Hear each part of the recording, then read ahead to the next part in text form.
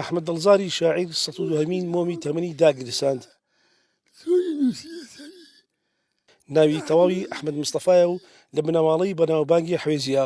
ئەو لە 1920 لە شاری کۆیە لەدایک بووە. بەم بۆنەوە شارپرست چەپکە گوڵێکی پێشکەش کرد. ئەمڕۆهەینی 8 کە ڕۆژی لەدایکبوونی ئەحمەد دڵزاری شاعیر بوو. ئەگەرچی شاعری ناوبراو بە تەمەندا چووە و باری تەندروستیشی باش نییە، بەڵام شاعیر باسی لە هەندێک لە بیرەوەریەکانی خۆی بۆ شارپرست کرد.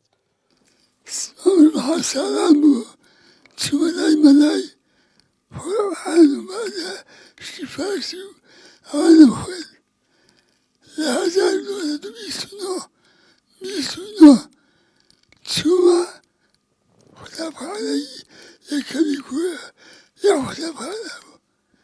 چوومە لەوێش ئیبتیدایم تەواو کرد، مەتۆسەم تەواو کرد. دوای لە کوێە سانەوی نەبوو، نەمخوێن.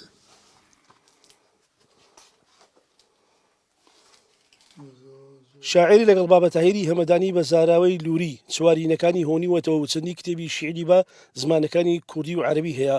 جگە لە شیعریش بەشداری لە جەنگی جیهانی دووەم کردووە. ئەحمەد دڵزار ئێستاش دڵی تەڕە بۆ شیعر نووسین و دەڵێت ئەگەر دۆخم ئاوا نەبوایە ئێستاش ڕۆژانە شیعرم دەنووسی. نەخۆشی نەبی ئێستاش دەتوانم شێعر بنووسم. وا پار و پیرەوەدا بە زۆر نووسی و پاریش کراوە.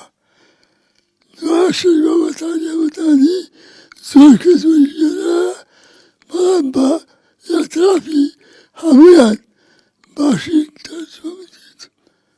بابەتانی هەمەدانی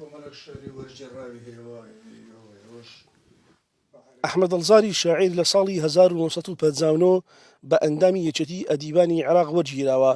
لە ساڵی 1970 بە ئەندامی یەکەم دەستەی بەڕێوەری یەکێتی نووسەرانی کورد هەڵبژێردراوە. لە نێوان ساڵانی 1974 بۆ ساڵی 1970 نوێنەری بەرەی نیشتیمانی وە لە لیژنەی هەولێردا. لە پاڵەمەدا ئەندامی خولی یەکەمی ئەنجومەنی یاسادانان بووە لە هەرێمی کوردستان. لە ساڵی 1975دا بە ئەندامی ئەنجومەنی هاوکاری عێراقی ئاشتی وەرگیراوە. دواتر کوردستانی نزیک هەشتووە و لە وڵاتی سوید نیشتەجێ بووە و ماوەی 2 ساڵیشە گەڕاوەتەوە کوردستان و لە شاری هەولێر نیشتەجێیە. هەژار ئەنوەر، شارپرێس، هەولێر.